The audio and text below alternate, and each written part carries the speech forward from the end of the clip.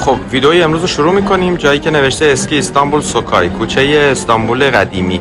حالا کلا هر چیزی که اینجا میبینید با شکلات تهیه شده، حالا یا با چوب. میبینید نمادهای مختلف استانبول از اینجا مشخص هست، کفاشمون، اینا که آب نبات و بستنی میفروشن، یا با چوب یا با شکلات. این بنده خدا حالا کارش نمیدونم چی، فکر کنم قهوه و اینا میبره، نمیدونم.